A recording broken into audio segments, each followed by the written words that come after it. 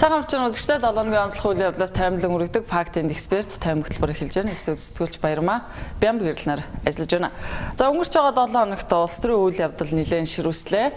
За 7 хоногийн эхэнд Монгол Улсын ерөнхийлөгчийн офшор данстангуудтай холбоотойгоор илэрхийлсэн байр суурь бас олонний анхаарлын дунд нэлээд олонний анхаарлын төвд орж нэлээд шуугиан тарилаа.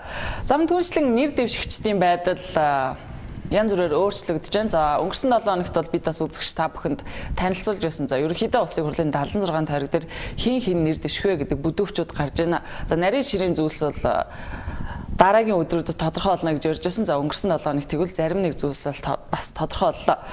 За түүнчлэн зарим нэг улс төрийн намаас өөр нэг улс төрийн нам руу орж гарч байгаа хүмүүсийг дагсан улс төрүүд өнгөрсөн 7 хоногт бас өрнөлөө. За газар тариалангийнхны дунд маргаан дуусаагүй байна. За мөн түүнчлэн эрүүл мэндийн спортын сайдыг шинээр томилсон гэх мэтэр улс төрийн үйл явдалд илүү үйл явдал өрнөсөн ийм 7 хоног болж өнгөрлөө. За ингээд бид сая онцолсон сэдвүүдээ энэ удаагийн тайм хөтөлбөрөөр үзэгч та бүхэнд хүргэх юм.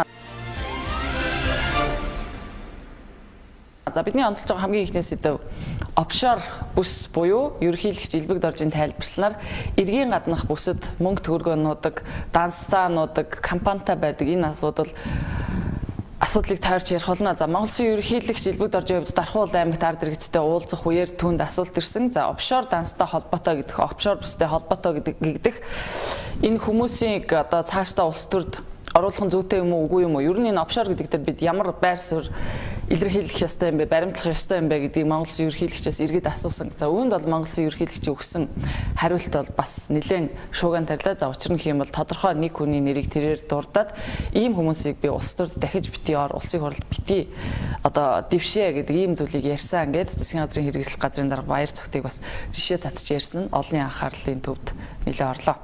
Офшор гэж шуугаад байна. Энэ талаар таны бодол ямар байна вэ гэж асуусан байна. Офшор гэдэг үг бол эргийн гадна гэсэн үг л дээ. Одоо татврын тийм чөлөөт бүс. Одоо энэ телевиз янз бүрийн нийгмийн мэдээлэлээр нэлээд ярьж байгаа юм асуудал байгаа. Бид нар энэ хууль тогтоомжоо чангатгах хэрэгтэй. Хүмүүстэйгээ хариуцлага тооцох чиглэлд алхам хийх ёстой гэж бодож байгаа. Хамгийн эхний ээлжинд төрийн албан хаагчид офшор гэдэг тэр эргийн гаднах үйлчилгээ авахыг бид нар хориглох ёстой л гэж бодож байна. Төрийн албан хаагчдад ийм үйл ажиллагаа гаргахыг хуулиар хориглох ёстой, шийтгэдэг болох ёстой гэдэг дээр бүр санал нэг байгаа. Цаашдаа Монгол энэ чиглэлд хатуу хуультай болох ёстой. Би зүгээр Баяр Цогтод нэг зүйл хэлж байгаа. Чи сонгуульд нэр дэвшгэ болоо. Чи хариуцлага хүлээх ёстой. Чи өнөөдөр сайд хийгээд их хурлын гишүүн хийгээ явж байгаа чинь өнөөдөр чи Монголын төрийг муухай харагдуулаад байна. Ийм хүмүүсээс Монголын төр салж чаддаг байх ёстой гэж ингэж хэлж байгаа шүү. Энэ бол миний байр суурь. Энэ бол миний байр суурь, энэ хэвээрээ байх ёстой. Тийм учраас энэ хүн бол жишээлбэл нэгэнт өөрөө хүлээн зөвшөөрөөд ийм байгаа нь гарцсан хүн бол дахиж их хурлд нэр дэвших ёсгүй л гэж ингэж л харж байгаа, ингэж л хэлж байгаа. Тэгэхээр Монгол Улсын ерөнхийлөгч Элбэг Доржийн хувьд бол офшор гэдэг нь эргийн гаднах, за өөрөлдөх юм бол татваргүй бүс. Тэгэхээр энд бохир мөнгө эргэлдэж идэг гэдэг утгаар нь бас тайлбарлаж байна. За яхахгүй офшорд нэр нь холбогдсон Монгол Улсын иргэдийн дотор засгийн газрын хэрэглэх газрын дарга Баяр Цогтын нэр байсан. За Баяр Цогтынх байхдаа Хятад улс төр бүртгэлтэй. За China Баяр Цогт гэд хайхад түүний офшор дансны мэдээлэл цахим сайтаас бас гарч ирж ирсэн. За тэгээд үүнтэй холбоотойгоор бас өнгөрсөн 7 хоногт үйл явдлууд өрнөлөө л доо. Яг энэ ерөнхийлөгчийн хэлсэн үгийг дуудлага бичлэг хэлбэрээр нь хадгалаад зарим улсын хурлын гишүүд рүү зам 99.11-тэй 88.11-тэй дугаарууд руу бас илгээсэн байгаа. За энэ асуудлаар тагнуулын ерөнхий газар за мөн цагдаагийн газрын цахим гэмт хэрэгтэй тэмцэх хэлцээс бас шалгаж эхэлсэн байлээ. За ялангуяа энэ Mobicom-ийн хэрэглэгчдэд энэ талын мэдээлэл төлхөө ирсэн байлээ. За яг энэ мэдээллийг хамгийн анх улсын хурлын гишүүн Тэмүүжин өөрийн цахим хуудсандаа тавьсан 123:45 гэдэг дугаараас яг ерөнхийлөгч Элбэг Доржийн хоолоогоор мэдээлэл ирлээ гэдэг зүйлийг өөрийнхөө Twitter хуудаснаа байршуулсан. За ганцхан энэ дуудлага бол Тэмүүжин гишүүнд ирээгүй юм байлээ. Түрүү хэлсэнчлэн 99.11-тэй 88.11-тэй голдуу хэрэглэгчд рүү их ирсэн. За үнтэй холбоотойгоор ч гэсэн маш олон хүн энэ дээр байр сууриа илэрхийлж за энэ дагуу бас зарим хүмүүс өөрсдийнхөө зүгээс шалгаж үтсэн байлээ. За энэ 123:45 гэдэг дугаар бол эхний ээлжинд Хятадаас ирсэн байж болзошгүй гэдэг мэдээлэл байгаа. За энэ дугаар бол яг судлаад үтсэн зарим хүмүүсийн мэдээллээр бол Шанхай одоо иргэдтэйгээ харьцдаг засгийн газрын дугаар нэм байлээ. За олон нийтийн санал хүсэлт авдаг. Одоо манайхаар 11 гэж засгийн газрын дугаар байдаг. Яг түүнтэй адилхан ийм дугаар байна гэдгийг зарим хүн бас мэдээлэл гаргаж тавьсан байгаа. Тэгэхээр үзэгчид бас энэ дэлгэцнээс харж байгаа гэж бодож байна. За ингээд энэ дагуу манай сэтгүүл Шүрэн Чимээг мэдээлэл бэлтгэсэн байгаа. Шүрэн Чимээгийн мэдээлэл эхлэх хүргэе. 123-45 гэх дугаараас ярихдаа 99-11-88-11 дугаартай хэрэглэгчд рүү ирсэн байна.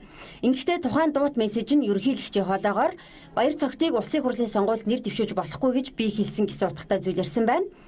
За энэ талаар олон нийтийн мэдээллийн хэрэгслэр хятадаас ярьсан байна гэх зэрэг янз бүрийн таамаг дэвшүүлж байгаа юм а. За тэгвэл энэ хэргийг наривчлан шалгаж байгаа. Гэхдээ эхний ээлжийн таамгаар уг дуудлага нь ерөнхийлөгчийн баяр цогтын талаар хэлснийг хурааж аван сонсгосон байна. За мөн тухайн дугаар нь хэд хэдэн орны улс хоорондын сүлжээгээр дамжин Монгол улсын үүрэг холбоонд нэвтэрсэн болохыг тогтоосон байна. За өчигдөр бол мэдээллийн технологи шууд харилцаа холбооны газар дээр салбарын одоо оператор компаниуд болон кибер аюулгүй байдлын газрын удирдлага хамтарсан яралдаа шуурхай авралдаа хийсэн байгаа. За чиглэлийн байгууллага тус бүртээ энэ талаар судалгаа шинжилгээний ажлууд хийж байгаа. Мөн технологийн газар дээр энэ талаар бас цаашид өнөөс гадна одоо өөр төрлийн юм уу спам юм хандлагууд гарч ирэх болзошгүй учраас үүнтэй уялдуулан одоо ажлын хэсэг байгуулж ажиллахаар болоод байгаа. Хэдэн сарын өмнө бол улсын хурлын гишүүд рүү өөрийнх нь дугаараас өөрлөөр мессеж утсан. Гадаадаас бас синбокс ашиглаад одоо мессеж спам болсон асуудал гарч ирсэн. Мэдээж яг технологийн хөгжилтэй холбогдуулаад цаашд бол энэ мэт одоо өнөөс өөр төрлийн одоо спамууд гарч ирэх бол үүсэхгүй л дээ. Харин хэн ямар зорилгоор энэ дуудлагыг хийх болов гэдг нь тодорхой болоогүй байна. За олон нийт болон албаныхны таамаглаж байгаагаар сонгуульд өгсөн энэ үед нэгнийхээ нэр төрд халдах гэсэн явуулгач байж магадгүй гэж үзэж байна. За тиймээс одоогоор дахин энэ төрлийн дуудлага орж ирэхгүй байх зохицуултыг хийсэн байна. За энэ асуудалтай холбогдуулан Mobicom корпорациас хэрэглэгчдийн хэвийн байдлыг алдагдуулсандаа харамсал илэрхийлсэн ч Mobicom ийм байдлаар халдлагад өрссөн нь ганц биш удаа учраас олон нийт энэ асуудалтай анхаарахыг хүссээр байна. За өмнө нь 2014 оны 10 сард Mobicom-ийн хэрэглэгчид рүү та газар нутгаад 100 жилээр хятадд худалдахад саналаа өгнө гэсэн мессежийг мөн л үл мэдэгдэх дугаараас явуулж өгсөн юм а.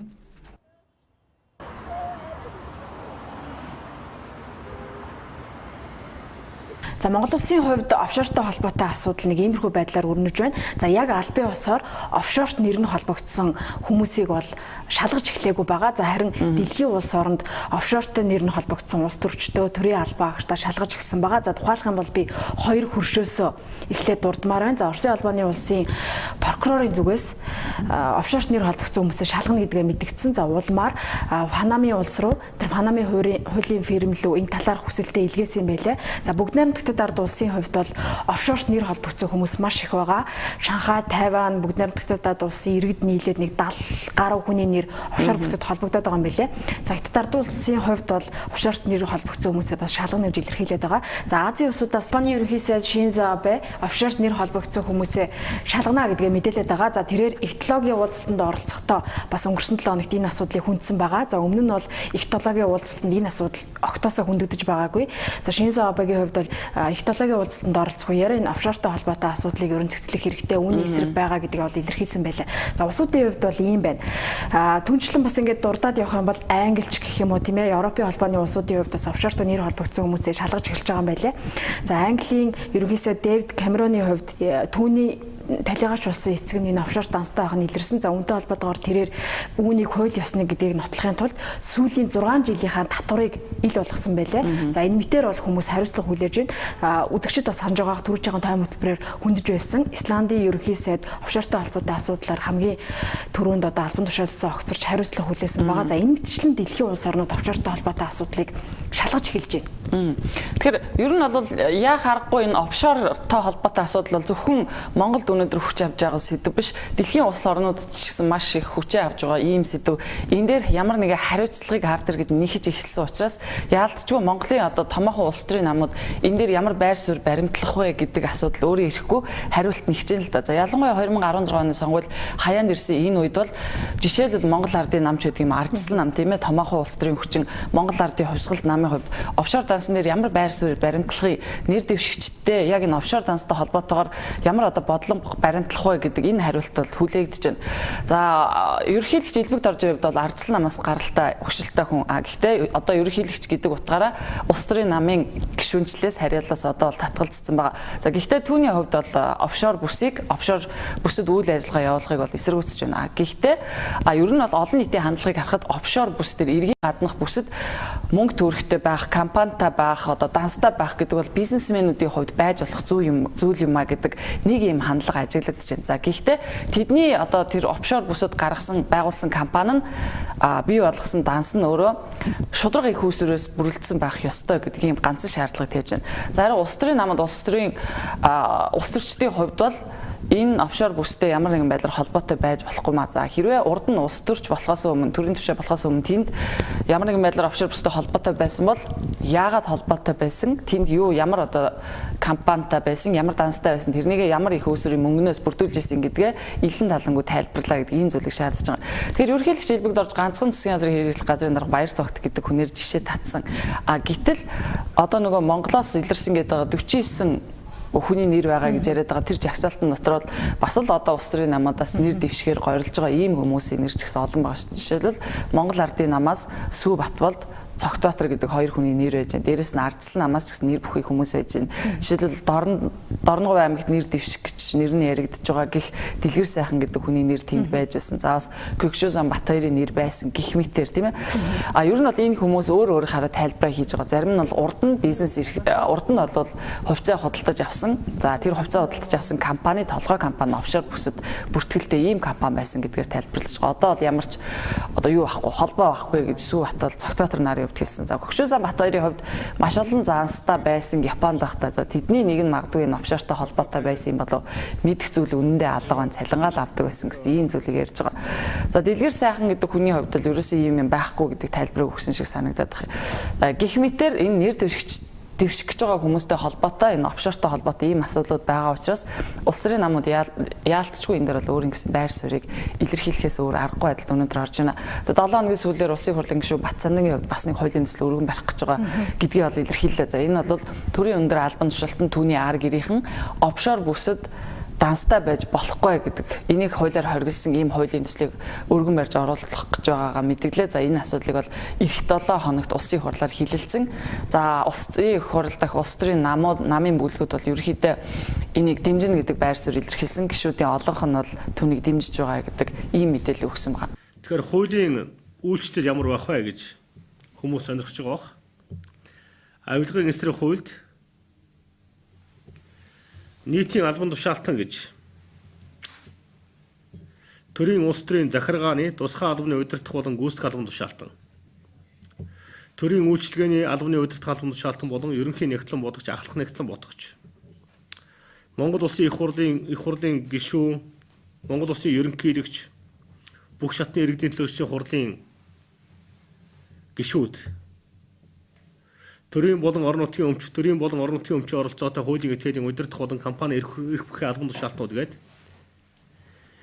эдгээр албан тушаалтнуудын хувьд тэдний хамаарал бүхий этгээд буюу гэр бүлийн хүмүүс, аав ээж, ах дүү, үр хүүхдийнхаа нэр дээр офшорт мөнгө байршуулахыг хориглох тухай хууль эх 7 хоногоос хэлцүүлэгт орно гэсэн үг.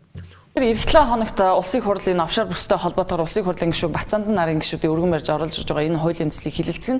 За түүний хэлснээр Монгол Ардын нам болон Ардчилсан намын бүлгийн гишүүдээс энийг одоо дэмжих үгүй юу, хэр дэмжлэг авах уу, энэ хуулийн төслийг батлах үгүй юу гэдэг асуудлыг эх 7 хоногийн улсын хурлын энэ чуулганаас харах болж байна. За дараа 7 хоногийн тайм хөтөлбөрөөр biz үзэгч та бүхэнд яг энэ асуудлыг дэлгэрэнгүй хүргэх болно.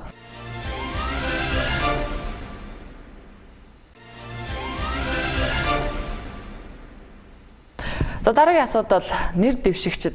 За өнгөрч байгаа 7 хоногт бас олон үйл явдал болсон. За нэр дэвшигчдийг ярихаас өмнө би нэг жижигхэн үйл явдлыг дурдхан зүйтэй байх гэж бодож байна. За өнгөрсөн 7 хоногт энэний өмнөх 7 хоногт бол бас улс төрийн намуудын нүүдэл үргэлжилж байсан тийм ээ. Улс төрийн зарим намаас нөгөө нам руу орох энэ асуудал бол ихэлсэн байсан.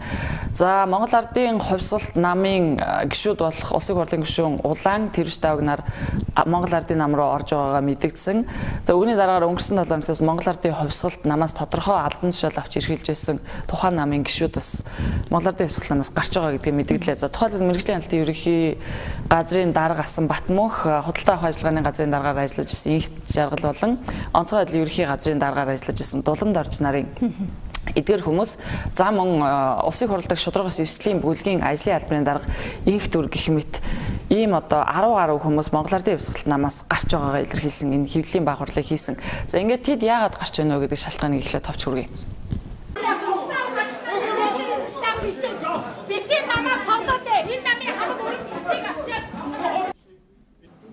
Гишүүдийн хүсэл зоригоос үл хамаарах байдлаар хэдхэн цөөхөн хүмүүсийн эрх ашигыг хамгаалах байдлаар уландаа гიშгэж Монгол улсын том эрх ашигыг хөсөрдүүлсэнийг эсэргүүцэж бид нар намынхаа гишүүнчлээс татгалзаж байгаа юм аа.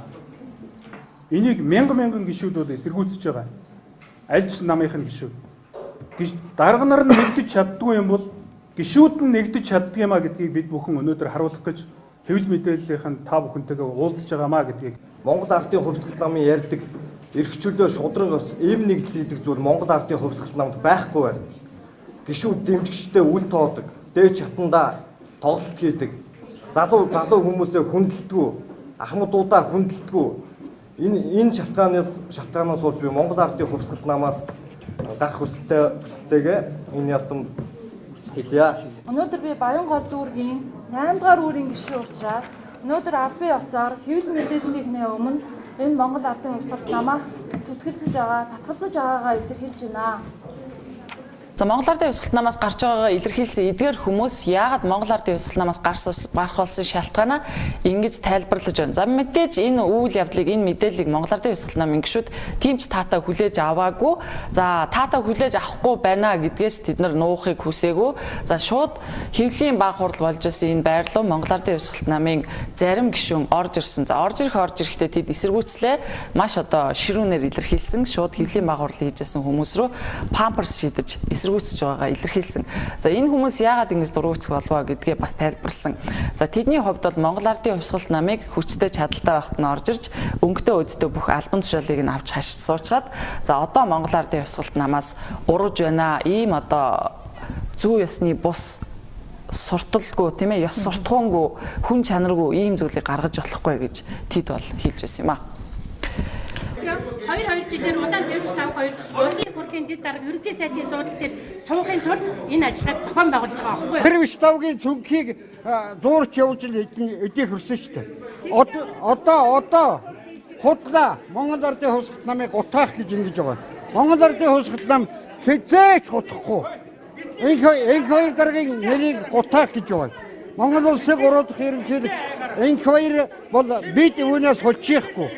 За энэ Монгол Ардын хувьсгалт намаас гарч байгаа хүмүүсийг тойрсон нэг ийм улс төр өнгөрсөн 7 хоногт болж өнгөрсөн. За мэдээс хэрэг Монгол Ардын хувьсгалт намын жирийн гишүүдийг бол миний хувьд зүгээр иргэн хүний хувьд ойлгож байгаа. За гэхдээ Монгол Ардын хувьсгалт намаас гарахаа илэрхийлж байгаа энэ хүмүүсийг ч гэсэн буруутгах аргагүй. За яагаад гэвэл хувь хүн улс төрч бай, хинч бай, өөрийн гэсэн сонголтоо хийх эрхтэй. За хэрвээ Монгол Ардын хувьсгалт намд байж болж байсан бол энэ хүмүүс мэдээ цаашаа үргэлжлүүлээд улс төрийн карьераа хөөгээд явах байсан байх. Тийм учраас энэ хүмүүсийн сонголтын дээр бол хэлэх зүйл алга. За нийгэм бол янз бүрээр тайлбарж байна. Урваач, шарваач гэдэг ч юм уу янз янзаар л ярьж байна. За гэхдээ энэ хүмүүсийн хувьд одоо Монгол Ардын нам жишээлбэл хүрээдрээ гэдэг тосоод авж байгаа бол энэ хүмүүсийн хувьд сонголтоо хийж байхад нь одоо буруутгах зүйл алга. За гэхдээ бол энэ тийм ч бол сайхан харагдахгүй байгаа. Энэ бол угаасаа ойлгомжтой. Гэхдээ энэ бол эцсийн энэ хүмүүсийн сонголт учраас бусдын сонголтын өмнөөс бид нар бас тайлбар хийх нь илүүц. Монгол Ардын хувьсгалт намын жирийн гишүүдийн хувьд ганцхан зүйлийг нэмээ хэлье. Энэ хүмүүсийн хувьд бол яхахгүй Монгол Ардын хувьсгалт нам шинжлэгдэж байгуулсны дараагаар гудамжинд одоо хүйтэн цасан дээр ч тийм ээ бороо шороотоод ч яг жагсаж цуглаад л жинхэнэ тэмцлийн одоо бүхэл хэлбэрт нь оролцоод ингэж явж байж Монгол Ардын хувьсгалт намыг улсыг хурлд шударгаас эвсэлд багтааж 11 судалтай болгосон ийм хүмүүс. Энд бол яхахгүй энэ хүмүүсийн гавьяа бол их. За ийм учраас одоо зарим нэг хүмүүс өөр нэг намаас орж ирээд албан тушаал аваад за буцаад гарч байгаа энэ үйл явдлыг тэд бол яагаад хүлээн зөвшөөрч чадахгүй байгаа нь бол ойлгомжтой. Яг нь Монгол Ардын хувьсгалт намаас гарч байгаа эдгээр хүмүүс бол улаан тэрвиш давг нарын хүмүүсийг гэдгийг энэ эсэргүүцэж байгаа гишүүд нь хэлээд байсан л да. Яг харахгүй тийм гэж бодож байна. За онцгой байдлын ерөнхий газрын дараагаар ажиллаж байсан Дулан Дорж, за мэрэгжлийн хэлтийн ерөнхий газрын дараагаар ажиллаж байсан Батмүх нарын хувьд бол Улаан Тэрвиш давг нарын дараа олон жил ажилласан хүмүүс. Тэгэхээр одоо юу гэдэг дарга нь хаана вэ, цэргийн тийшээ дагаа явна гэдэг л жишгээр одоо явж байгаа шиг байна л да. Яг энэ хүмүүс Монгол ардын намд орох орохгүйгээ өнөөдөр яг аль биесээр хэлээгүй байна. Гэхдээ Монгол ардын намд Улаан Тэрвиш давг нарыг дагаад орох болов гэсэн таамаг илүү их байна. За тэгээд хэсэг бүлэг хүмүүс ингэж одоо сонголтоо хийсэн. За нөгөө талд яг иймэрхүү байдлаар сонголтоо хийж байгаа өөр бас хүмүүс байгаа. За энэ хүмүүс бол улс төрийн тодорхой намд харьяалагдаж улсын хурлын сонгуульд нэр дэвших зорилгоор улс төрийн нэг намаас нөгөө нам руу орж байгаа ийм хүмүүс байгаа. За ийм хүмүүсийн хамгийн ихэнд одоо Иргэн зэрэг ногоо намын дарга Дэмбэрл явж байгаа. За Дэмбэрл даргын хувьд намынхаа даргаас татгалзаад одоо түүний оронд өөр намын даргаыг томилсон. За ингэх нь бас шалтгаантай байгаа. Иргэн зэрэг ногоо намаас тодорхой хүмүүс гарч ардсан нам руу орж байгаа. За Иргэн зэрэг ногоо намын хувьд энэ удаагийн улсын хурлын сонгуульд нам одоо бие даасан намын статусаараа оролцох юм боломжгүй болсон. За сонгуулийн ерөнхий орол бүртгэж аваагүй. За тийм учраас Иргэн зэрэг ногоо нам урд нь ч гэсэн илэрхийлсэн байсан ардсан намыг энэ удаагийн улсын хурлын сонгуульд дэмжиж оролцсноо гэж. Тэгээ үүний тулд бас Иргэн зэрэг ногоо нам тодорхой улс төрийн карьертай, улс төрийн ирээдүйн өндөр байгаа энэ улс төрчдөө ардсан намаас намын нэр дээр улсын хурлын сонгуульд нэр дэвшүүлэх энэ одоо яриа хэлэлцээрийг хийсэн. За мэдээж хэрэг Иргэн зэрэг ногоо намын хувьд Монголын улс төрөөс өөрийн гэсэн байр суурийг эзэлсэн. Намуудын нэг. За тийм учраас Иргэн зэрэг ногоо нам одоо улс төрийн нэг сонгуульд ямар ч гишүүнээ оролцуулахгүй өнжнө гэдэг бол байжлахгүй зүйл. За ийм учраас Иргэн зэрэг ногоо намын хувьд ардсан намд гишүүдээ оруулах маягаар нэрийг нь дэвшүүлэх ийм боломжийг нь олгож байна. За энэ бол бас тийм буруутгаад ах зүйл биш байх гэж бодож байгаа. Улсын хурлын гишүүн Дэмбэрлийн хувьд Иргэн зэрэг ногоо намын гишүүнчлэлээ өөрчилж ардсан намд гишүүнээр элсээд Чингэлтэй дүрэгт нэр дэвшнэ гэдэг ийм мэдээлэл бол бас өнгөрсөн 7 хоног шинээр гарч ирлээ. За тэрний өмнөх 7 хоногт бол түүнийг сонгон архын дүрэгт нэр дэвшиж магадгүй гэж ярьж байсан. За гэхдээ хамгийн сүүлийн мэдээлэлээр бол Дэмбэрл гишүүн Чингэлтэй дүрэгт нэр дэвших юм байна гэдэг ийм мэдээлэл байна. За түүнчлэн Иргэн зэрэг ногоо намаас ардсан намд элсэж улмаар улсын хурлын сонгуульд нэр дэвшихээр яригдж байгаа нэг хүн бол Иргэн зэрэг ногоо намын үндэсний хорооны гишүүн Булгамаа байгаа. За Булгамаагийн хувьд яг одоо ерөнхий сайдын зөвлөхөөр ажилладаг. За Булгамаагийн хувьд Иргэн зэрэг ногоо намаас бас өнгөрсөн улсын хурлын сонгуульд нэр дэвшиж оролцож байсан. За Иргэн зэрэг ногоо намын эмэгтэйчүүдийн бас хүчтэй төлөөллийн нэг гэж хэлж болохоор байгаа. За Булгамаагийн хувьд бол хуульч мэргэжилтэй ийм хүн юм байлээ. За энэ удаад бол бас ерөнхий сайдтай нэг жигүүр болж Баян зүрх дүүрэг дээр очиж өрсөлдөнө гэдэг энэ мэдээлэл байгаа. За ер нь эцсийн байдлаар бол энэ хуваар бол ер нь нэгэнт гарсан гэдэг ийм мэдээлэл байна. За өөр улс төрийн намаас өөр улс төрийн нам руу шилжиж байгаа юм ямар хүн байгаа вэ? Улсын хурлд яг нэр дэвшигчид, за гориглогчид эхнээсээ ингээд тодорсоор л байна л да. За ингээд энэ нэр дэвшигчдийг харж байхад энэ удаагийн улсын хурлын сонгуульд хамаатан садан төрөл төрөстөөрөө нэр дэвшиж байгаа ийм зүйл нийтлэг ажиглаж байгаа. За тухайлах юм бол хамгийн ихэнд би Нарантуул захын захирал гэж яригддаг Сайхан самбуугийн талаар хэлмээр байна л да. Түүний дүү бол Монгол Ардын намаас Завхан аймагт нэр дэвшгээр нэр нь гарсан байгаа. За харин тэрээр өөрөө тусгаар тогтнол эв нэгдлийн нам гэдэг энэ эвсэлд ороод за эвслээс Баян зүрх дүүрэгт нэр дэвших юм таамаг байгаа юм байлээ. За ингээ энэ мэтчлэн бол одоо ах дүүгээрээ төрөл төрөстөөр улсын хурлд орохж байгаа зүйл маш их байна л да. За дараагийн жишээ бол улсын хурлын гишүүн Ганбаатарын гэр бүл байгаа. За Ганбаатарын хувьд аль намаас нэр дэвших нь одоогоор тодорхойгүй. За ямар ч байсан Дархан уулан аймагт нэр дэвшнэ гэсэн мэдээлэл байгаа. За энэ таамаг ч гэсэн бодтой ах гэж бодож байна. За харин түүний дүү Гантуя энэ удаагийн улсын хурлын сонгуульд ахтайгаа зэрэгцээд нэр дэвшнэ гэсэн байгаа. За Дархан уулан аймагт түүнийг нэр дэвшиж магадгүй гэсэн мэдээлэл байсан бол за сүүлийн мэдээллээр түүнийг нийслэлийн Баян зүрх дүүрэгт бие дааж нэр дэвшгээр болсон гэсэн ийм мэдээлэл байгаа. За Гантуягийн хувьд бол үзэгчд бас санаж байж магадгүй сүүлийн 2-3 жил оюутлогын эсрэг маш хүчтэй дуугарч тэмцэж байгаа. За ахтайгаа бол нэг сэдвээр явдаг ийм хүний нэг. Тэгэхээр оюутлогын эсрэг энэ үйл ажиллагаагаа сонгуулийн сурчлагын нэг зэвсгээ болгоод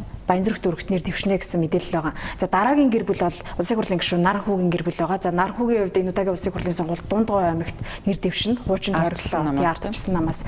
За харин түүний эгч Саран Чимгийн хувьд энэ удаад тэрээр хуучин нийслэлийн иргэдийн төлөөлөгчдийн хуралд байсан. За одоо бол улсын хурлын сонгуульд хүч үзэхээр бэлтгэж байгаа. За харин нам нь бол өөр Монгол Ардын нам. За нэг гэр бүлийн хүмүүс одоо хоёр өөр намд байгаа байдал бол маш их байна л да. За энэ дээр би бас хүрэгчүүлийг нэрлэмээр байна. Улсын хурлын гишүүн Батцогт, Монгол Ардын намын бүлгийн дарга улсын хурлын гишүүн Бямцогт нарын хувьд нэг айлын хүрэгчүүл. За тэр хоёр бол хоёр өөр намынх. Ингээд хоёр өөр намаас энүүдад дахиад Ховд аймагта нэр дэвшнэ гэсэн мэдээлэл байгаа. За бүр тодруулах юм бол нэг тойрогт энэ хоёр өрсөлдөж магадгүй ч гэсэн мэдээллийг бас сони эвлөө бичиж байгаа.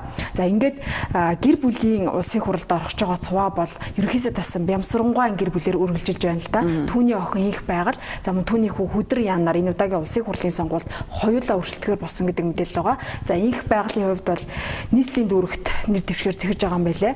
За түүний хүү Хүдэр Яны хувьд бол Иргэний зориг ногоо намын хүн. За тэрээр одоо ардчилсан намын коватор, ардчилсан намд илсээд энэ намаас нэр дэвшнэ гэсэн мэдээлэл байгаа. За иймэрхүү байдлаар хамаатан саднараа төрөл төрөстөөрөө улсын хурлд энэ удаагийн сонгуульд хүч үзэх хүмүүсийн тоо маш их байгаа. За тэгээд яг нь энэ хүмүүс улсын хурлын сонгуульд нэр дэвшихэд тэдний эрхэлдээ үндсэн хуулиар угаасаа хүн болгон нэр дэвшиг сонгогдох эрхтэй гэдгийг хуульчилсан байгаа. Тэгэхээр яг нь энийг бол буруутгаад авах бас нэг талаар буруутгах аргагүй юм л да. Гэхдээ одоо төрийн албыг төрлийн алба болохгүй гэдгийг хамгийн гол нь сонгогчдод бид 6 сарын 29-ний өдөр л хийх хэрэгтэй болчиход байгаа юм л да. За үнэхээр чадварлаг улс төрч чадварлаг төрийн төвшөө бол яагаад бас болохгүй гэж тийм ээ. Тэгэхдээ гол нь зүгээр хууль эрхцэн орчинд бол манайх одоо юу гэдэг нь ашиг сонирхлын гэх мэт энэ одоо зөвлөлүүдээр л илүү нарийн тусгаж явах нь зүйтэй байх. Гэхдээ зүгээр яа улс төрчийн дүү бол заавал улс төрч байх ёстой ч гэдэг юм уу. Ийм зүйл бас байж болохгүй л дээ. Тэгэхээр мэдээж эцсийн сонголтыг бол сонгогчдод бид нар өөрсдөө хийн. За би энэ нэр дэвшигчдэр бас зарим нэг зүйлийг нэмж хэлье гэж бодсон. Зарим нэг тойрог дээр бол бас нэлээд өрсөлдөөнтэй ийм тойрогуд байгаа тийм ээ. За энэ байдлаараа бол бас нэр дэвшигчдийн горилогчдын өөрчлөгдөж байгаа ийм төлөв байдлаас анзаарэгдэж байна л да. Тухайлбал нийслэлийн сонгон архын дүүрэг бол 6 мандаттай тийм ээ. Энэ 6 мандатн дээр өнгөрсөн 7 хоногт бас яригдчихсэн хүмүүс дээр өөрчлөлт орж байгаа ч юм зүйл байна. За тухайлбал ардчилсан намын тухай сонгон архын дүүрэг дээр бас маш өрсөлдөөнтэй байгаа гэдэг ийм мэдээлэл байгаа. За тухайлбал өнгөрсөн 2012 оны улсын хурлын сонгуульд сонгон архын дүүрэгт одоогийн ардчилсан намын ерөнхий нарийн бичгийн дарга Эрхэн Баяр бол өрсөлдөж байсан. За түүний хувьд энэ жил бас сонгон архын дүүрэгт өрсөлдөж магадгүй гэж яригдж байсан боловч тэрээр сонгуульд өрсөлдөхгүй гэдгээ бол бас мэдэгдсэн байна. За тэгэхээр Эрхэн Баяр даргын хувьд бол ер нь намынхаа галтгоонд ажиллаж илүү одоо намынхаа дотоод ажилд төлхөө оролцъё гэдэг ийм шийдвэрийг гаргасан байна. Тэгэхээр түүний хувьд бол 2016 оны улсын хурлын сонгуулийн одоо ардчилсан намын голлох хүмүүсийн нэг болж ажиллахаар шийдсэн нь бол эндээс харагдаж байна. Сонгон архын дүүргийн хувьд өмнөх 7 хоногт явж исэн таамгаар ардчилсан намаас ерөнхийдөө тассан алтан хуйг, за мөн Болдбаатар Магна шударгалын хэрэглэгчийн төлөө газрын дараагаар тэрээр ажиллаж байсан. За мөн Ургамал цэцэг Пүрбаатар улсын хурлын гишүүн Эрдэнэчмиг нарын нэр яригдаж байсан. За энд бол нэлээд өөрчлөлт орсон юм байлээ. Гэхдээ хараахан албан ёсоор ил болоогүй байна л да. Намуудын хувьд бол нэр дэвшигчдэд тодруулах хугацаа 7 сарын 23-наас 28-ны хооронд байгаа. За гэхдээ 23-нд тодруулах болов гэсэн таамаг байсан боловч намуудын хувьд хуулийн яг туссан хугацаанд тийм ээ 6 сарын 28-нд нэр дэвшигчдэд тодруулах сонгуулийн ерөнхий оронд бүртгүүлэх юм шиг байгаа. Ер нь одоо 23 гэдэг бол хуулиар нэр дэвшигчдэд тодруулах хуулийн хугацаа нэгдэж байгаа гэсэн үг. Тэгэхээр 23-наас эхлээд аймгийн намын ороод бол хуралдан, за аймгийн намын ороод хуралдаад тухайн тойрог дээр аймаг нийслэлийн намын ороод хуралдаад тухайн тойрог дээр ямар хүнийг нам дотроос улсын хурлын гишүүнд нэрийг дэвшүүлэх гэж байна гэдэг энэ одоо сэдвээр ярилцаад тодорхойлсон хүмүүсээ гаргаж намдаа нэрийг нь мэдүүлэх ёстой. За улмаар тухайлбал ардчилсан намын үндсийн зөвлөлт хорооны хурал гэхэд 5 дугаар сарын 28-ны өдөр хуралдана гэдэг ийм топ байна гэдэг мэдээлэл байгаа. Тэгэхээр улс төрийн намд ер нь бол хуулийн хугацаанд яг тулгаад эцсийн мөчөд нэр дэвшигчдэд зарлахаар ингэж бэлдэж байгаа юм байна. За мэдээж хэрэг энэ бол тактикийн асуудал. Улс төрийн одоо жишээлбэл ардчилсан нам сонгон архын тойрог дээр ямар хүнийг аль тойрог дээр нь хуваарлахаас Монгол Ардын намаас ямар хүний аль тойрог дээр хуваарлах вэ гэдэг энэ асуудал бол шийдэгдэн. За ялангуяа 76 жижиг тойрог болж байгаа энэ үед бол хоёр том намын хооронд нэгийг харьцах, нэгийн эсрэг нэг гэдэг энэ бол тулаан болно. За тийм учраас аль тойрог дээр хэн очих вэ гэдэг бол үнэхээр намуудын хамгийн сүүлд задлах одоо хүзэр гэж хэлж болно. За өөр би энэ дээр нэг тойргийг онцлоё гэж бодсон. Хөдөө орон нутгийн тойргуудаас Ховд аймгийн тойрог бол нэлээд өрсөлдөөнтэй байгаа. За түрүүн чи хэлсэн улсын хурлын гишүүд болох Батцогт, Бямцогт нар нэг тойрог дээр өрсөлдөж магадгүй байна гэдэг ийм мэдээллийг бол хэлсэн. За гэхдээ одоогоор бол тодорхой мэдээллүүд бол алга. За гэхдээ ер нь бол Монгол Ардын намаас бас нэлээд хүчтэй өрсөлдөгчд энэ одоо тойрог дээр очиж өрсөлдөхөөр зихж байгаа. Нэгэнд одоо жагсаалтын 28 байхгүй болсон учраас жагсаалтанд орохоор бэлдэж байсан хүмүүс ийшээ бууж ирж байна, өрсөлдөө нэмэгдэж байна гэдэг ийм мэдээлэл байна. За байгаа ийм сураг байна.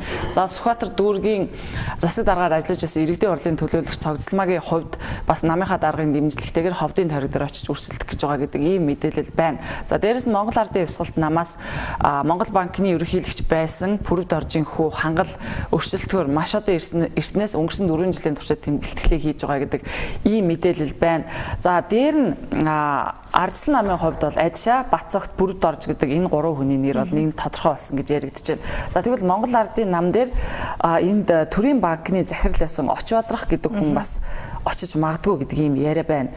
Тэгэхээр Дэмбэрл гишүүн цогцлмаа нарын хүмүүс ингэж очивол Монгол Ардын намын нэг ийм баг энэ дээр иймэрхүү байдалтай гарах нэ гэж харагдаж байна. За дээрэс нь бизнесмен Батнасан гэдэг хүний нэр бас энэ ховдын тойрог дээр яригдаж байна. За ер нь бол энэ бизнесменуудын хувьд нэлээд хүчтэй бас нэлээд их мөнгөтэй хүмүүс гэдэг ийм зүйлийг бол иргэд ярьж байна. За тэгээ ингээ Ховд аймгийн тойрог бол нэлээд өрсөлдөөнтэй тойрог болж харагдаж байна л да. За энэ мэтээр тойргууд дээр яг үүндээ өнөөдөр хуваарлтууд бол хийгдэж байгаа шиг байна. За тэгээд аймгийн намын хорооноос нь ямар хүмүүсийн нэрсийг гаргаж ирэх үү, улмаар төрийг нь үндэсний зөвлөлт хороо болон Монгол Ардын намын баг хурал хэрхэн батлах вэ гэдгээс нэр дэвшигдсэн байдаг. Нэр дэвшигчдийн сэдв дээр нийслэлийн иргэдийн хурлын нэр дэвшигчдийг бас ярих хэрэгтэй байна. Тэгэхээр өнгөрсөн 7 хоногт нийслэлийн иргэдийн хуралд энэ удаагийн сонгуульд өрсөлдөх нэр дэвшигчид тодорлоо. За нийслэлийн сонгуулийн ерөнхий хороонд нийтдээ 248 хүн материалаа ирүүлснээс 238 хүнийг нь бүртгэж авсан байлээ. За энэ удаагийн нийслэлийн иргэдийн төлөөлөгчдийн хурлын сонгуульд 11 нам 2 эвсэл сонгуульд өрсөлдөнө гэж мэдүүлж байсан. За тэгвэл 11 намын энэ 238 хүнийг бүгдийг нь бүртгэж авсан байлээ. За харин 19 бие даагч 2 эвслийг энэ удаагийн нийслэлийн сонгуульд оролцуулахгүй гэж нийслэлийн сонгуулийн ерөнхий хорооноос шийдвэр гарсан. Тэгэхээр энэ талаарх илүү дэлгэрэнгүй мэдээллийг сэтгүүлч Шүрэн Жимгийн мэдээгээр хүргэж байна. Нийслэлийн сонгуулийн ороонд Монгол Ардын нам ардчилсан нам Монгол Ардын Явсгалт намаас тус бүр 45 нэр дэвшигч бүртгүүлсэнийг бүгдийг бүртгэсэн бол хөдөлмөрийн үндэсний намаас 29 нэр дэвшигчийн нэр бүртгүүлж 25-ыг иргэний хөдөлгөөний намаас 44 нэр ирүүлж 41-ийг Бүгд найрамдах намаас 21, Монголын консерватив намаас 10 нэр дэвшигчийн нэр ирүүлснээс 8-ыг нь хөгжлийн хөтөлбөр намаас 6 нэр дэвшигч ирүүлснээс 5-ыг нь бүртгэжээ. За харин их орончдын эвсэл 5 тусгаар товтнол эв нэгдлийн эвсэл 32 нэр дэвшигчийн жагсаалт ирүүлсэнийг бүртгээгүй дээр 19 бие даагч хүсэлтэд хүргүүлснээс 1-ийг нь бүртгээг байна. За харин шалтгааныг нь ингэж тайлбарлаж байна. Намууд эвсэл байгуулж улсын их хурлд сонгуульд оролцож нэр дэвшүүлж болно гэж заажээ.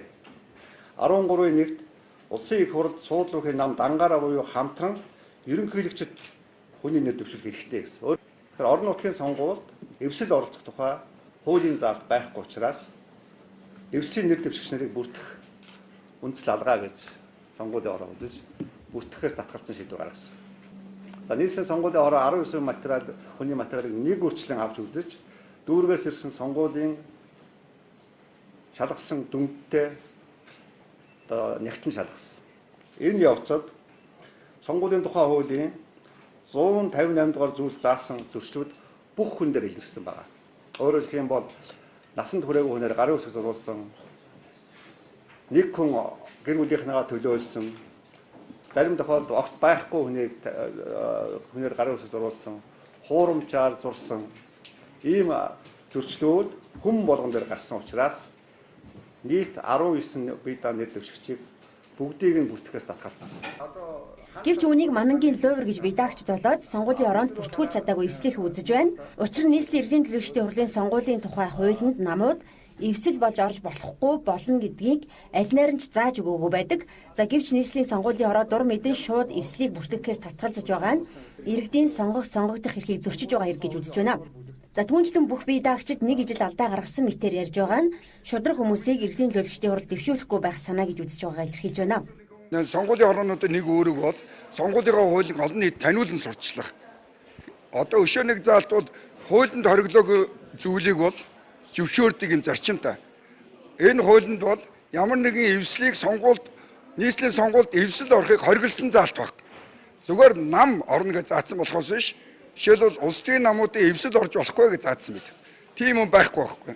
Тэгээд бид нар материалаа эхлээд аудит төгөөр чинь зөвшөөрөөд авчаад энэ төгсөөр нь зөвшөөрж авчаад одоо болохтой оруулахгүй гэж байна. Хоёрдугаар бие даагч нь 19 бие даагч нь цөмөрөө ижилхэн алдаа дутагдaltaй болж харагдаж шít. Тэгэхээр өнөөдрийн нийслэлийн иргэдийн төлөөлөгчийн хуралд яагаар ийм зохион байгуулалтын үйл ажиллагаа явагдаж байна тийм ээ. Бие даагч нар бол бусад намуудаас ялгаатай нэг зүйл нь бол гэхээр энэ ард түмнээс сонгогдсон улсууд байдаг учраас илүү шудраг байдаг. Өнөөдөр шудраг улсуудыг сонгуульд оруулахгүй, шудраг намуудыг сонгуульд оруулахгүй гэсэн үзлээр нь явж шít. Монгол улсыг хуулийг говьлж байгаа. Ийм луурын ажиллагаа эхэлж байна. Мэдээж бас настай хүмүүс бол регистрийн дугаарыг андуурж бичих тийм ээ. Утасныхаа дугаарыг андуурж бичих тиймэрхүү зүйлүүд бол гардаг. Тийм болохоор бие даагч нар бол мэдээж 501-ээс давуулж тийм зарим хүмүүс 800 тийм. Миний хувьд бол 678 хавцаа гаргаад өгсөн. Тэгээд 19 бие даагч дээр хамгийн багаар бодоход нэг 10-аад мянган ард иргэд гарын хэсэг цуглуулж байгаа юм л да. Тэгэхээр 10 мянган сонгогчийн одоо эрх ашигыг бас энийг хүндлэхгүй байна. 19 хүн 19-д адилхан алдаа гаргана гэдэг бол энэ бол бодлогоор бие даагчдыг хааж боож байгаа гэдэг хэлбэр байна тийм. За ийхүү 2 эвсэл 19 бие даагчийг бүртгэхээс татгалцсанаар нийтдээ 11 намын 238 хүн нийслэлийн иргэдийн төлөөлөгчдийн хуралд нэр дэвшгээр болж байна. За гэхдээ нийслэлийн иргэдийн төлөөлөгчдийн хуралд нэрсээ бүртгүүлж чадаагүй бие даагчид болон эвслүүд холбогдох хууль хяналтын байгууллагад хандах болно гэдгийг илэрхийлсэн юм а. За хэрхэн цаг хугацааны асуудал болоо үлдэж байна. За их сурвалжууд бол эсрэг тесрэг ийм байр суурийг илэрхийлж байгаа. За нийслэлийн сонгуулийн ерөнхий хорооноос бол бичиг баримтын зөрчилтэй байсан учраас 19 бие даагч за 2 эвслийг бүртгээгүй гэдгийг хэлж байгаа. За 2 эвслийн хувьд угаасаа сонгуулийн хуулинд нийслэлийн иргэдийн хурлын сонгуульд эвсэл өрсөлдөнө гэдэг зүйл тусгагдаагүй учраас эвслийг бүртгэж аваагүй маа гэдэг зүйлийг хэлж байгаа. За харин энэ эвсэл за бүртгүүлж чадаагүй бие даагчдын хувьд бол шүүхэд хандна гэдэг бас өнгөрсөн 7 хоногт хэвлэлийн урал зарлаж мэдэгдсэн. Тэгэхээр асуудал шүүхэд тулж байна. Гэхдээ шүүхээр энэ асуудлыг шийдэх хугацаа байна уу гэдгийг бас бодох хэрэгтэй. Яг тэгэхээр сонгуульд тулцсан байна. Шүүхийн шийдвэр хизээ гараад яаж асуудал шийдэгдэх нь бас цаг хугацааны энэ хайчинд орж байгаа шиг байна гэж бодож байна. За ингээд нийслэлийн иргэдийн хуралд нэр дэвшигчид бол өнгөрсөн 7 хоногт албан ёсоор бүгдээрээ тодорлоо. За тэгэхээр эх 7 хоногийн даваа гарагт бол улсын хурлын сонгуульд нэр дэвшигчдийг шалгаруулж эхлэх, сонгож эхлэх энэ одоо хуулийн хугацаа нэгдэж байгаа. За ингээд 28-нд бол бүх нэр дэвшигч тодорхойлоод 6 сарын 11-ээс сонгуулийн сурталчилгаа эхлээд 6 дугаар сарын 28-ны тэг цагт дуусаад за 6 дугаар сарын 29-ний өдөр санал авч эхлээд за ингээд 2016 оны улсын хурлын сонгуулиар Монголын парламентд ямар хүмүүс улсын хурлын гишүүн болж орж ирэх вэ гэдэг энэ дүн гарнаа. Тэгэхээр мэдээж хэрэг энэ дүнг гаргахад тэнд ямар хүмүүс суух вэ гэдэг сонгогчид бидний санал маш чухал. За хамгийн гол нь бид өнгө мөнгөнд туурдахгүй, худлаа амналтанд хуурдахгүйгээр жинхэнэ бодитоогоор ажил хийж чадах Монголын төрд хэрэгтэй тэр хүмүүсийг бас өөрийнхөө жинхэнэ мэрэгэн сонголтоор гаргаж ирэх ёстой юм а.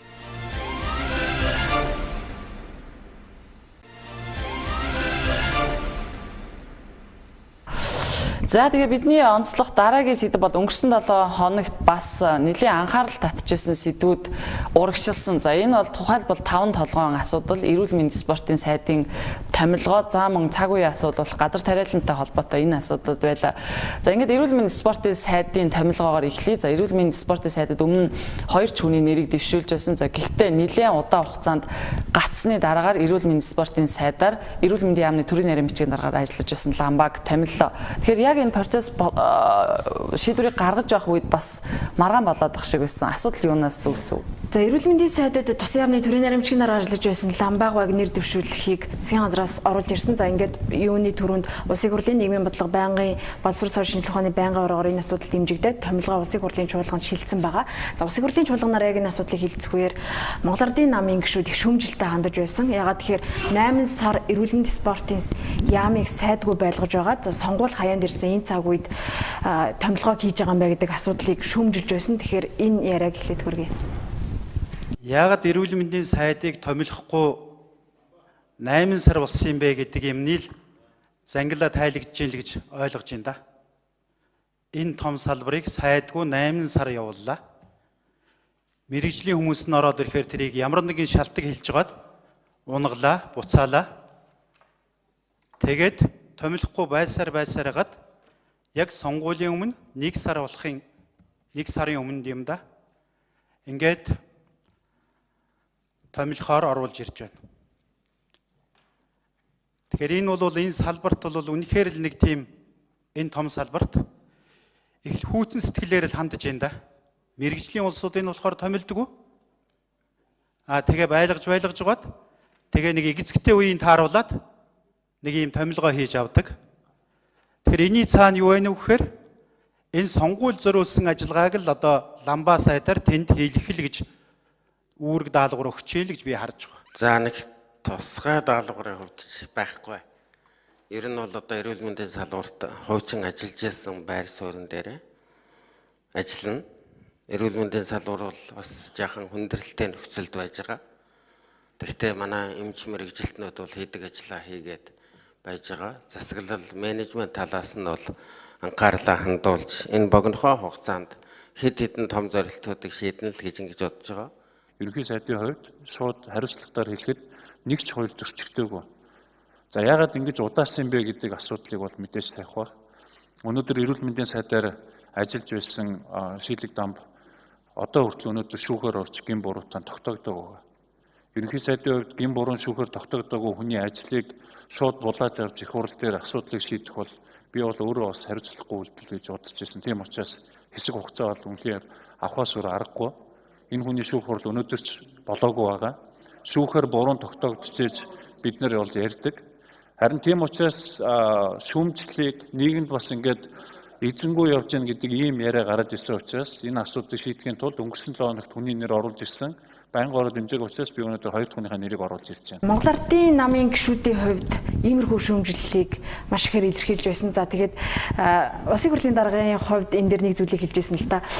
1 сар 10 хоног ажиллах сайд дээр ямар олон улсын хурлын гишүүд асуулт асуух конавтарч байгаа юм бэ? Энэ асуудлыг богино хугацаанд хурцхан шийдэж байгаа гэсэн саналыг хэлж байсан боловч асуулт хийж хариулт авах гишүүдийн тоо бол маш их байсан. За ингээд ер нь байдал нэг л ус төрсэн хандлага руу ороод ирж байсан учраас ардчилсан намын бүлгийн дараа Гарамгаа хотоор 4 цагийн завсралга аваад ингээд үдээс хойш улсын хурлын чуулганаар эрүүл мэнд спортын сайдын томилгооны асуудал шийдэгдсэн. За ингээд үдээс хойш улсын хурлын чуулганаар эрүүл мэнд спортын сайдад Тус яамны төрийн наримчгийн дараа ажиллаж байсан ламбааг ажилуулахыг гишүүдийн олонхын саналаар дэмжсэн байгаа. Ингээд 8 сар сайдгүй байсан эрүүл мэнд спортын яам ламбаа гэдэг сайттай боллоо. За ламбаагийн хувьд бол төрийн албанд 39 жил ажиллаж байсан. За үүнээсээ улс төрийн албан тушаалд 15 жил ажиллаж байсан байлаа. За түүнийг бас үзэгчд сайн мэдэх бах. Тэрээр өмнө нь эрүүл мэндийн сайд хийж байсан туршлагатай 2008-аас 2012 оны үед улсын хурлын гишүүн эрүүл мэндийн сайдаар ажиллаж байсан. За үүнээс хойш бол энэ улс төрийн тогоонд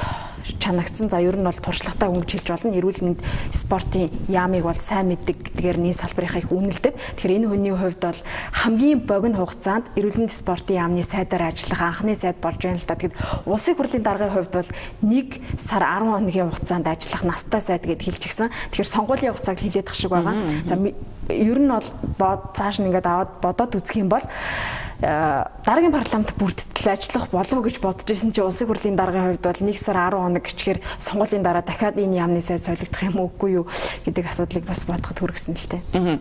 Яг энэ зүгээр л улсын хурлын дарга сонгуул болтол гэж хэлхийгээл ингэж хэлсэн байх гэж бодож байна. За түүнээс биш 6 сарын 29 сонгуулийн дуун гарлаа дараагийн парламент бүрэлдлээ засгийн газраа байгууллаа гэдэг бас процесс байна. За тэр хүртэл ламбаага магадгүй 1 сар 10 хоногоос илүү ч энэ албан тушаалыг хашихыг үгүйсэхгүй. За жишээлбэл ардчилсан ирэх барь гэсэн нам болоод гараад ирвэл тийм ээ энэ сайдыгаа бас өөрчлөхгүй ч гэж магадгүй шүү дээ. Тийм учраас маш олон хувилбар байж болох юм байна энэний ард. За өнгөрсөн 7 хоногт болсон өөр нэг гол үйл явдал нь 5 толгойн орд нүүрсний орд газрыг ашиглах улсын хурлын тогтоолын төслийг улсын хурлын нэр бүхий гишүүд өргөн барьлаа. За энэ асуудал бол нэг хэсэг маш идэвхтэй яригдж байгаад хэсэг хугацаанд нам жиг болсон байсан энэ асуудал.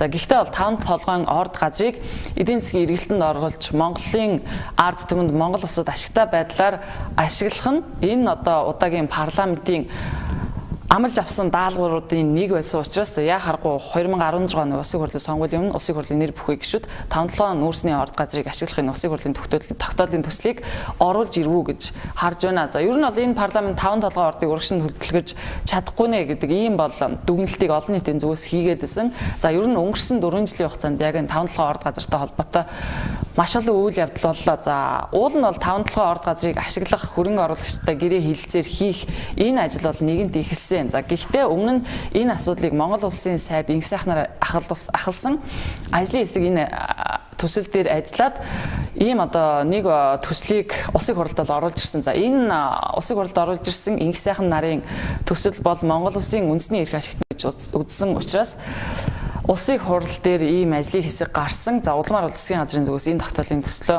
буцааж татсан. Энэ төслөө бол буцааж татсан.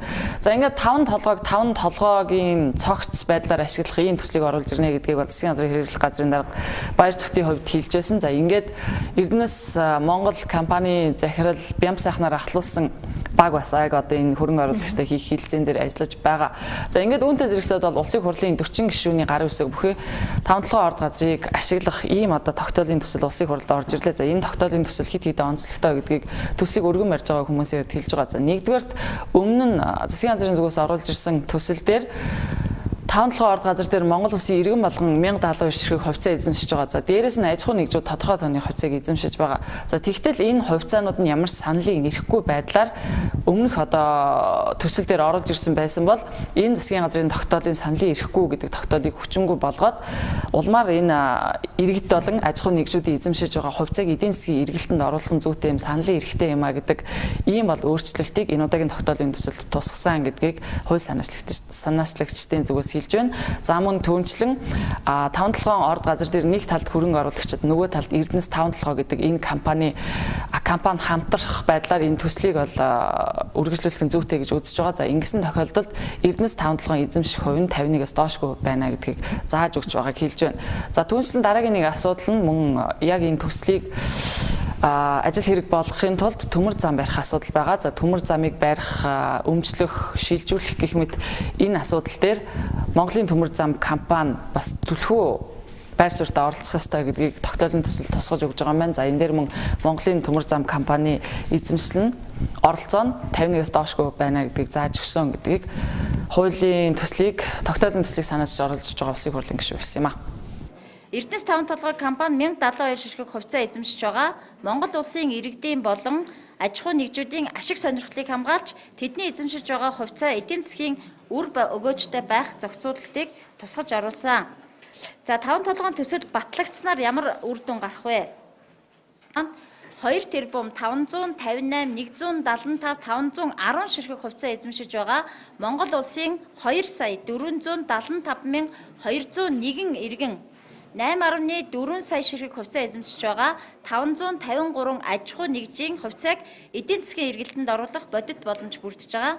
5-7 нүүрсний ордыг ашиглах улсын хурлын 2010 оны 7 дугаар сарын 7-ны өдрийн Эрдэнэс 5-7 компани 20 хүртэлх хувийг дотоодын болон гадаадын хөрөнгийн биржээр худалдах шаардлагатай хөрөнгө оруулалтыг татах арга хэмжээ авах боломжинд бүрдэж байгаа. За улсын хурлын гишүүн Эрдэнэ чимэг нарын энэ оруулж ирсэн тогтоолын төсөлд өмнөх инх сайхан сайдын боловсруулсан тогтоолын төслөөс 3 томл ялгаа байна уу гэж харсан. За нэгдүгээр 5-7% эзэмшилтээр Монголын төр буюу Эрдэнэс 5-7 компани 51% эзэмшилтэй байна гэдгийг тогтоолын төсөл тусгасан байлээ. За хоёр дахь нь төмөр зам дээр төмөр замын эзэмшил бас Монголын төр 51% байхаар тогтоосон юм байлээ. За гурав дахьт нь тэр иргэдийн 1072 ширхэг хувьцааг амлуулах тал дээр тогтоолын төсөлд албан ёсоор тусгасан ийм 3 том өөрчлөлт инх сайхан сайдын боловсруулсан төслөөс ялгаатай болов гэж бодсон. За улсын хурлын гишүүн 40 гишүүн гарын үсэг зурсан байхыг бодоход за улсын хурлаар энэ тогтоолын төсөл орсон тохиолдолд дэмжигдэх магадлал маш өндөр юм болов гэж анзаарсан. За тэгээд хамгийн гол нь одоо энэ парламент 5-7 төслийг батлах тийм ээ энэ тогтоолын төслийг цаашаа ажил хэрэг болгох хугацаа байна уу гэдэг бас асуудалтай. Ягаад тэгэхээр улсын хурлын даргын зөвлөлөөр эх 7 хоногт чуулганыг өндөрлүүлье гэдэг шийдэлд хүрсэн байлээ. Тэгэхээр ганцхан 7 хоногийн хугацаа байна. За ганцхан 7 хоног буюу бараг 3 өдрийн хугацаа байна уу гэж харж байна. Ягаад тэгэхээр улсын хурлын дэгийн тухай хууль за хуваар ёсоор бол улсын хурлын чуулган 7 хоногийн сүүлийн 3 өдөр хуурилддаг ийм хуваартай. Тэгэхээр энэ сүүлийн 3 өдөрт л одоо 5-7 төслийг шийдэх юм уу яах юм гэдгийг бас улсын хурлын гишүүд хэлж байсан. За улсын хурлын гишүүдийн хувьд бол 5-7 төсөл улсын хурл дээр ингэж орж иж байгаа сайн хэрэг. Гэхдээ энэ парламентын сүүлд орж ирж байна. Хугацааны хувьд бол амжихгүй. За нэр төдийл орж ирж байна гэдэг зүйлийг хэлж байсан. За уг нь бол ардчилсан нам 2012 оны сонгуульд орохдоо 5-7-ыг ард иргэдтэй өгнө, стратегийн орд газруудаа эдийн засгийн эргэлт оруулна гэдэг амлалтыг өгж байсан. Уг нь бол 5-7 төс шийдэгдчих юм бол ардчилсан намын хувьд бас иргэдэд 2016 оны энэ сонгуульд иргэдэд очиж үгээ хэлэхэд их сайхан мэдээ болох байсан байх гэж бодож байна. За хуулийн энэ тогтоолын төслийг санаачсан улсын хурлын гишүүн Эрдэнэчимгээс яг энэ асуултыг асуусан. За хуулийн төслийг хаврын чуулган дуусгаас өмнө энэ тогтоолын төслийг баталж амжих юм уу үгүй юм уу гэж. Үүнд бол тэрээр товчхон хариулт өгсөн. За улсын хурлын даргал мэднэ гэж. За улсын хурлын дарга мэднэ гэдэг нь улсын хурлын даргын зөвлөлөөр энэ асуудлыг оруулна гэж шийдэх юм бол оруулна гэдгийг л хэлсэн байх гэж бодож байна. За ямар тач мэдээж 5-7 гол тойрог дээр очиод сонгогчдойгоо уулзахад нэмэлт 1 оног авчрах ийм зүйл аль эсвэл хасах 1 оног ч юм уу авчрах ийм бол асуудал гэдэг нь ойлгомжтой. За гэхдээ энэ парламент 5-7-ог аль тал руу нэргүүл шийдэх вэ гэдгийг одоогор хэлэх боломж алга. Цаг хугацааны хувьд бол маш бага ийм боломж үлдсэн. За энэ үлдсэн баг 3 хоног тийм ээ. Өнөөдөр маргааш бол амралтын өдрүүд. За тэгээд 7 хоногийн ажлын 5 өдөр. За хуулиараа бол улсын хурлын сонгуулийг санал авахаас 30 хоногийн өмнө улсын хурлын нэгдсэн чуулганы завсарлуулсан байх ёстой. Тэгэхээр 7 хоногт энэ асуудал амжиж орох уугүй юу гэдгийг яг үнэндээ хэлэхэд бол үнэхээр төвөгтэй байна. За ингээд мэдээ тайм хөтөлбөрийнхаа төгсгөлд бас нэг сэдвийг онцож хүргэе гэж бодсон. За чи бид хоёр бас тайм хөтөлбөр дээр газар тариалангийн асуудлыг ярьж байсан. За ингээд ер нь бол газар тариалангийнхан ойлголцоод тариалалтын ажил эхэлж явах шиг байна гэдгийг дүгнэлтийг хийж байсан бол за бидний хийж байсан энэ дүгнэлт ташаа болох нь өнгөрсөн 7 хоногтоос тодорхой боллоо. За учир нь үрийн асуудал, үрийн чанар ямар байна вэ гэдэг асуудалтай холбоотой дахиад шинэ маргаан дэгдсэн байна. За яг энэ асуудлаар манай сэтгүүлч цогт 2 сурвалжлага бэлтгэсэн. За илүү олон зүйлийг нуршлуулгаар цогт 2-ын бэлтгэсэн сурвалжлагыг танд хүргэе. Өнгөрсөн жилд нийт нутагт гантай байснаас үүдэн үрийн буудаа нөөцөж чадаагүй учраас энэ хаврын тариалалтыг эхлүүлэхийн тулд Оросын холбооны улсаас 3 аж ахуй нэгж 6,000 тонн үрийн буудаа импортлж байгаа. Гэвч өнгөрсөн сарын 28-ны өдөр Нямбайгал даваа компанийн хот хөршөөс оруулж ирсэн 2,000 тонн үрийн улаан буудаа чанартай эсэх асуудал маргаан дагуулж хаврын тариалалт хойшилсаар байна. Тэгвэл аль алиных нь байр суурийг хүргье. Үр тариа эрхлэгчдийн газар тариалан холбооны зүгээс хүнс хөдөө аж ахуйн сайд Бурмаа болон мэргэжлийн хэлтэй ерөнхий газар чанаргүй үрийн буудааг тариаланчдад шахаж өөрсдийн бохир бизнесийг явуулж байна гэж мэдэгдэж байна. Нэг сард хэрвээ ийм үр орж ирээд шинжилгээний дүнгээр ийм байсан бол энэ бол шууд буцаагдах байсан. Гэтэл одоо яагаад ч буцаагдах зав хугацаа байхгүй. Энийг бол яам тооцоолсон. Мэргэжлийн хяналтайгаа өгсөн хувилцсан. Тэгээд одоо тариаланч нар хонон үнжин 10 хоног очрлж байгаа нь үнэн. Тэгэл юу өгснэг нь аваад тарьж байгаа. Инхээс өөр арга байхгүй. Энэ хүнийг дахиж төр ерөөсөө оруулж болохгүй юм байна. Энэ хүн чинь жагсаалтаар гарч ирээд маш олон давхар дээлээ нөмрөөд одоо энэ газар тариалгын салбарыг илгээр нэвтрүүллээ шүү дээ. Хүүхдүүдийн найзууд гэж хэдэн бацаанууд нийлээд энэ 55 жилийн түүхтэй энэ газар тариалан одоо бүр булшилж шүү дээ. Бид нар ч одоо ямар гуурд идэх вэ те? Бид нар одоо цаашдаа ер нь яах вэ гэдэг ийм асуудалтай аюултай тулгарч байна. Тэгээд энийг л одоо бид нар хилээ тэмцээд байгаа. Энэ лөөврийг бид нар зогсоно. Дээр нь бид нар яах вэ гэхээр одоо энэ удаад бол яг ингээд өрийн будааны сүлжээний лөөврийг ярьлаа. Дараа нь бол бид нар хөдөөжгүй яамд тендерийн ямар лөөвр явагддаг юм бэ? Энийг бид нар дэлгэнэ. За тэгвэл Оросын холбооны улсаас оруулж ирсэн импортын үрийн улаан буудааг чанартай гэж дүгнсэн мэргэжлийн хэлтэй ерөнхий газрын зүгээс төв лабораторийн дүгнэлтэнд эргэлзэж маргах хэрэггүй гарцаагүй чанартай буудаа гэсэн тайлбарыг хийсэн. Ингэж болохгүй л дээ. Өнөөдөр манай мэргэжлийн хэлтийн төв лаборатори бол бүр хуультай лаборатори. Аливаа маргааныг хүнсний аюулгүй байдалтай холбоотой аливаа маргааныг бол шийдвэрлэх эрх үүрэг нь их хүрэхтэй бүрийн эрхтэй ийм лаборатори байгаа байхгүй юу. Тийм учраас бид монголчууд дуртайч дургүйч энэ лаборатори одоо шинжилүүлнэ. Энэ лаборатори нь бол өөрөө хариуцлага хүлээсэн төрийн өмнө гагцхүү үнэн зөв дүгнэлт өгөх ёстой гэж. Өчигдөр надаас манай сэтгүүлч асуугаал байлаа. Та хариуцах юм уу гэж. Одоо ирэх энэ намрын одоо будаа чанартай байх гэдэг юм уу? Ирэх одоо энэ ард түмүүдэд бодоотой байх гэсэн та хариуцах юм уу гэж. Би мэргэжлийн хэлтэн байгууллагын даргын хувьд бол өөрийнх нь одоо энэ улсуудыг би удирдан зөх одоо тэр үнэн зөв хуулийн дагуу дүгнэлтэн гаргахыг бол өөрөө өгнө. Би лабораторийн дүгнэлт гаргасан тэр дүгнэлтийг л одоо байна шүү дээ. За харин хүнс хөдөө аж ахуйн яамны зүгээс ч мөн үр тариар эрхлэгч газар тариалан холбооныхон асуудлыг улс төржүүлж чанартай буудааг чанаргүй мэтэр олон нийтэд мэдээлж өгнө гэсэн тайлбарыг хийж байна. За газар тариалан холбооныхон хүнс хөдөө аж ахуйн яамны сайд Бурмаа тэргүүтээ бүлэг этгээдүүд гахаан буудааг үрийн буудааг шахаж байгаа гэж мэдээснийг энэ тайлбараараа эрс нисааж байгаа юм а. Хүн бүхэн одоо юм мэддэг гэхээр лабораториос илүү юм мэддэг болчиход шүү дээ. Өнөөдөр тэгээд буудааг харангуйтай бүгдийн шинжилээд бүх үзүүлэлтүүдийг гаргаад 100% тавьчихдаг. Ийм лабораториос илүү одоо мэдрэмжтэй ийм мэдрэмж байж болно. Гэхдээ энэ бол буруу мэдрэмжээр л одоо ийм буруу мэдээлэл хийж ийнэ гэж ойлгож байгаа. За хаврын тариалт эхлэх хугацаа хэдийнэ 10 гаруй хоногоор хэтэрчгээд байхад талцаж маргаж суугаан намар ургаж салдах цаашлаад импортын гурилаар хэрэгцээгээ хангах эрсдэлд унгаж болцсошгүй юм а. Үрийн буудааны асуудал бол нэг л компани маргаантай асуудал юм байлээ. За үрийн буудааг 3 компани оруулж ирэхээр тендерт ялсан. За ингээд Нэм даваа байгаль гэдэг компани оруулж ирсэн үрийн буудай чанар хангахгүй байна, стандартад нийцэхгүй байна гэдэг дүгнэлтийг Сэлэн аймгийн байцаагч хамгийн анх хийсэн. За харин дараагаар нь мэрэгжлийн элтийн ерөнхий газрын байцаагч за Нэм даваа байгаль гэдэг компани оруулж ирж байгаа үрийн буудаа бол чанар стандартад нийцэж байна гэдэг зүйлийг хэлсэн. За ингээд зарим тариалан эрхлэгчдийн хувьд бол анх энэ Сэлэн аймгийн байцаагч зөв дүгнэлтийг хийсэн. Бид энэ чанаргүй буудаагаар тариалтаа эхлүүлж чадахгүй гэдэг ийм зүйлийг хөндөж байгаа. Ингээд эсэргүүцэл за энэ хаваржангаа явсан эсэргүүцэл улам өнгөрсөн 7 хоногт илүү хүчтэй явсан. За ингээд энэ тариалан эрхлэгчдийн хувьд бол тариалтаа эхлэегүй. Тэгэхээр зарим хэсэг газарт бол хаврын тариалалт хугацаанд эхлэегүй хойшилж байна гэсэн үг. За зарим тариаламжтын хувьд бол хугацаанд эхлээд тариалтаа явж байгаа гэдэг зүйлийг бас салбарын сайд хэлж байлээ.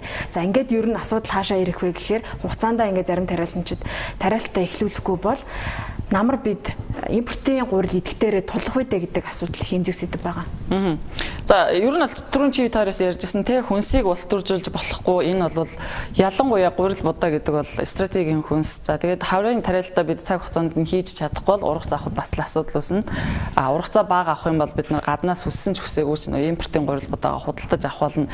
Эргээд үн ханш нь ямар байх вэ гэдэг асуудал гарч ирнэ. Тэгэхээр энэ чухал стратегийн салбарт ажиллаж байгаа хүмүүс аль аль нь хүлээцтэй хандаж асуудалд улс төрийн өнгө аясаар биш зүгээр яг одоо асуудлын гол нь юу байна вэ гэдгийг олж харж шийдвэрээ гаргаж зөвшөлтсөлд ойлголцолд хүрч ажиллах шаардлага бол байна гэдэг нь бол эндээс харагдаж байна. За эцээ эцэст энэ бол ард түмний хүнстэй, ард түмний амьдралтай холбоотой асуудал учраас яам гэхгүй тариаламжт гэхгүйгээр одоо нэг талдаа гарах цаг болжээ гэдэгээс энэ сэдвээр хэлхийг хүссэн юм а.